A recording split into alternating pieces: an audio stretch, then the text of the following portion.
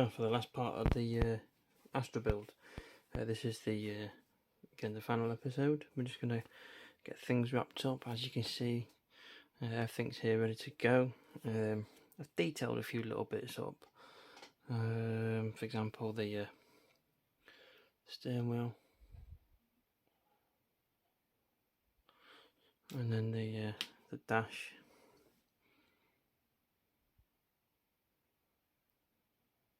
Not gone crazy. Can't get over how cool that textured paint is. So cool. Again on the seat.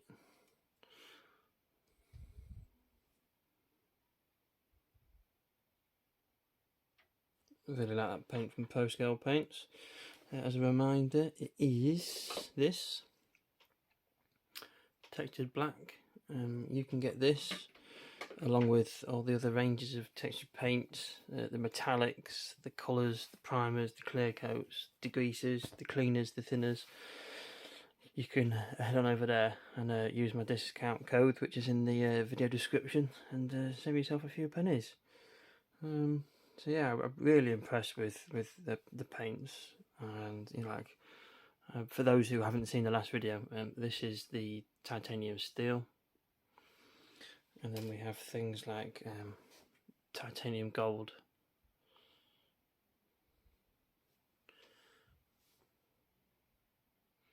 Just need to fill the inner tips in with some black paint.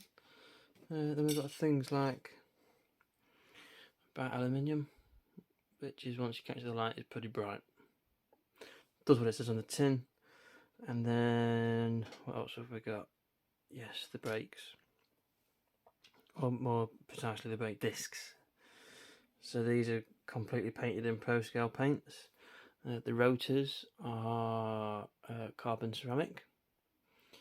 The brake hub is bright aluminium, and then the calipers is antique gold. Again, there's no clear coats on them. It's just straight from the airbrush. Really impressive finishes, for sure, absolutely. So, regarding the build, I have done one little bit already. Let's just get these bits on. These sit on the interior chassis tub.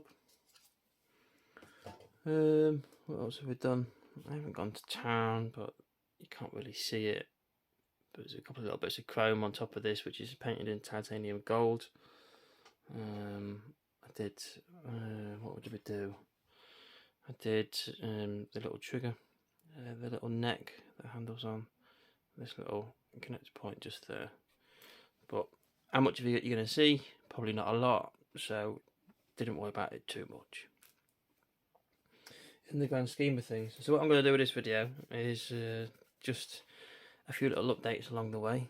I love how this fluorescent red looks, and that textured paint on the foam padding. I think it looks fantastic. I think it looks great. And then it'd be interesting to see how that looks on the inside. I wanted something to stand out, and it also went with the toe hooks, toe eyes, whatever you want to call them. Again, did them in fluorescent red, so they stand out. So yeah, it's ready to go. So like I say, what I'll do is I'll just pop up a few little updates along the way, and then we'll look at some final build pictures at the end. There's the chromed rare light pieces. Really happy with how that came out. So yeah, let's get to it. Right, we've only got into step 2, and already I'm showing you a little something that I'm very impressed with. So normally, when we're assembling, let's get some focusing. So normally you've got your wishbone suspensions with the hook, a full hook, where the hub on the back of the brake, you've got a pin top and a pin bottom. Sometimes you have to stretch them. If you've assembled the wishbone suspension and stuff all at once, you kind of have to stretch them to get that in. Get a bit of mask off. Whereas this, so the top is a full circle where the pin goes in, but underneath it clips in. Very impressed. Had to stop and show you that.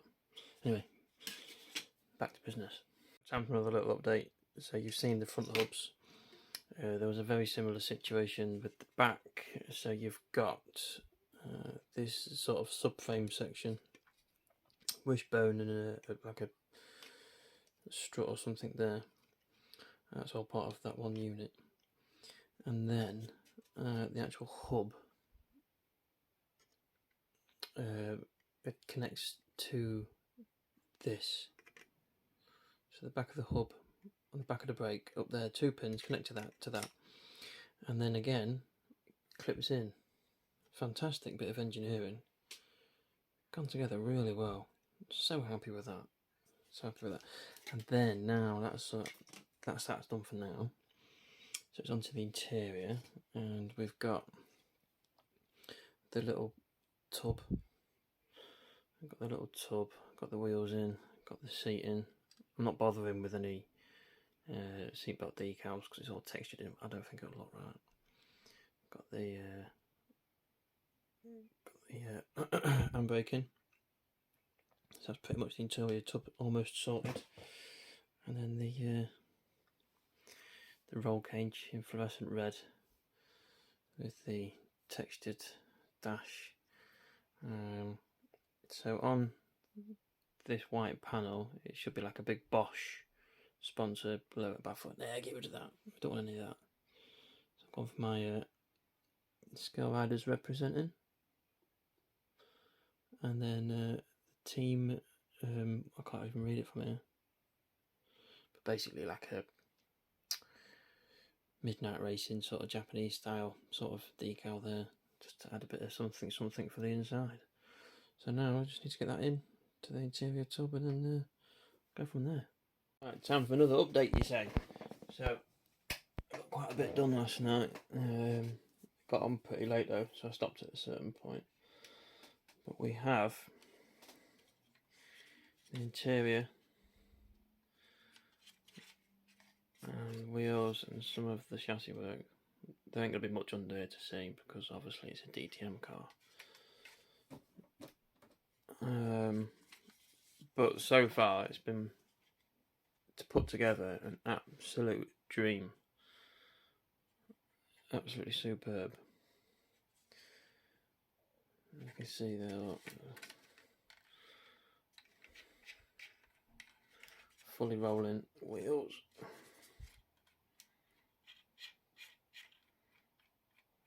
A bit stiff at this side, but that's not a problem. I will be honest, there is a little bit of glue haze there, but I'm not sure what it was, but there was something, it just wasn't connected. I had to put a fair bit of glue on it, unfortunately.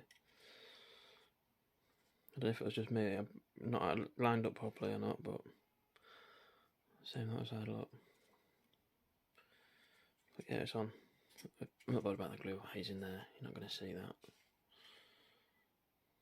There's a bit at the back there. I'm not going to lose sleep over that. I don't think you'll see any of it anyway once all the body shell's on. I don't even think you'll see that behind the wheels. We'll then have the exhaust that comes on just here in a minute. So yeah, we've got the textured dash, got the seating. Didn't really bother with any decals because obviously it's all textured and it won't look right. And then got some. Happy with that. So anyway, that's that update. Time to get back to it. Right, one of the final in progress updates, I think possibly. As you can see, we've got quite a lot of the body together. Doors are on, windows are in, headlights. Where is it? Oh, it's lost its badge somewhere. It did have a badge. I'm not sure where that's gone actually.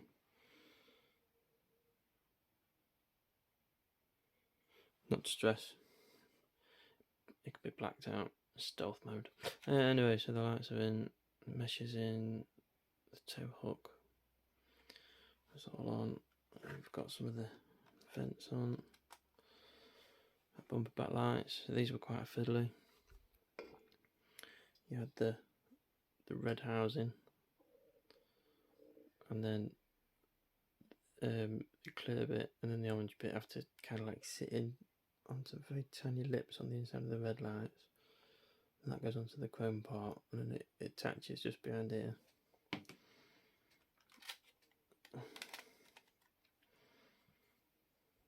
So there's a good gluing point, it's just there. Same with the lights, they're going from the front but they glue at the back. And then the gullwing doors, you've got like this framework. You've got some self-tapping screws on these runners. As you can see, this one, the bracket was slightly glued off, a bit wonky, but I've not fully tightened them, so it can give you a chance to kind of like have to push them in, and then you kind of have to figure it out once it's assembled. But you can kind of pop the door up, slide it out, pop the door up, and then it's got some supports that'll hold the door up for displaying. It's obviously quite weighty, there's nothing holding it up. But yeah, it's not sitting properly this side because the bracket was a bit wonky, but I'm not too worried about that. Most of the time it'll be in a case on my shelf. When it's out and about at shows, the doors will be up, so it doesn't really matter. Don't forget, with that aim for perfection, we aim for enjoyment, and so far I am loving this. So anyway, let's get it finished up. Hey presto, it's finished. Really happy with how this turned out. It's a fantastic old kit from Tamiya. I think on the decal sheet it's 2002, which is about the year this came out, into the DTM.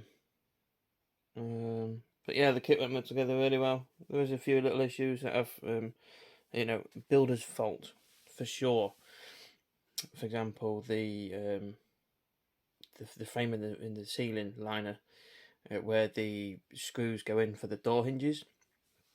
Well, one of the door hinges is slightly off, so the alignment is slightly out, so the door's not quite fully shut. But not only, you can see, look. So, but again, I'm not really too worried about that, because when it's going to be out and about, it shows the doors are going to be up. I might actually even leave it just like that. I did have a little accident. I don't know if you can see it, but just there, look.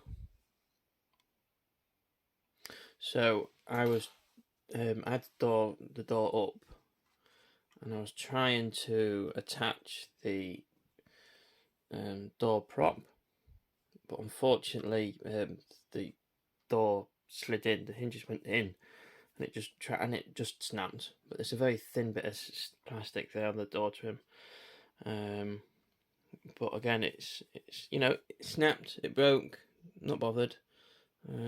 Quickly put a little bit of super glue on it, and I bet you if you didn't know, if I didn't tell you, you wouldn't have seen it. I'm too honest. I like to be honest. I like to point out my imperfections. I like to show I'm human. We're only human at the end of the day. Again, the Opel badge missing from the grille, I don't mind. I quite like the stealth look. A few little blemishes and scratches and stuff in the paintwork. Again, not too bothered, because overall still turned out pretty good. Got the Scale Riders decals front and back, repping those. And the interior, still can't get over how that texture paint looks on that dash in the seats. I love it. I think it looks ace. I don't want to show you the underneath because I don't want to tip it up and doors start going everywhere. But yeah, really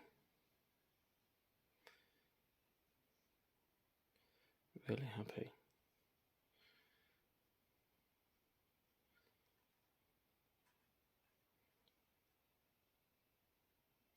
incredibly impressed with the red light clusters as well. They're proper crystal clear. Very impressed with that. Excuse all the fingerprints and stuff. Obviously, I've been manhandling it. But again, if you can see, there we are. Look, you got the prop just there. It does come with two, but I don't want to bother with two messing about. As you can see, one is sufficient. This has been now propped up since last night. It's been about 20 hours or so. It's taken that weight very well. But yes, super happy. Beautiful kit, fantastic kit. Would I build it again? Absolutely. Would I pay the prices for it that there are people are asking for it these days? Not on eBay in the UK anyway. It's far too expensive. Far too expensive. But it is a good kit. If you can see one at a good price, I highly recommend it. Very good indeed. So yeah, there we have it. Another project bites the dust. 97 cars now, I think it is. So getting close to that 100th build anniversary as such. So yeah, it's all fun and games. Anyway, thank you for watching. I'm going to put some pictures in at the end now. A bit of a show reel, slide, you know what I mean. Slideshow, that's the one. It's been a long day at work. But again, thank you for following along. It's been a pleasure. Take care of yourselves, and see you for the next video, which the next project I am very, very much looking forward to. Going back to Japanese style builds, and I will give you a clue. It's going to be a Kanjozuku racer. So if you're into that sort of thing, definitely get your eyes out. But again, thanks for watching, and we'll see you next time. All the best.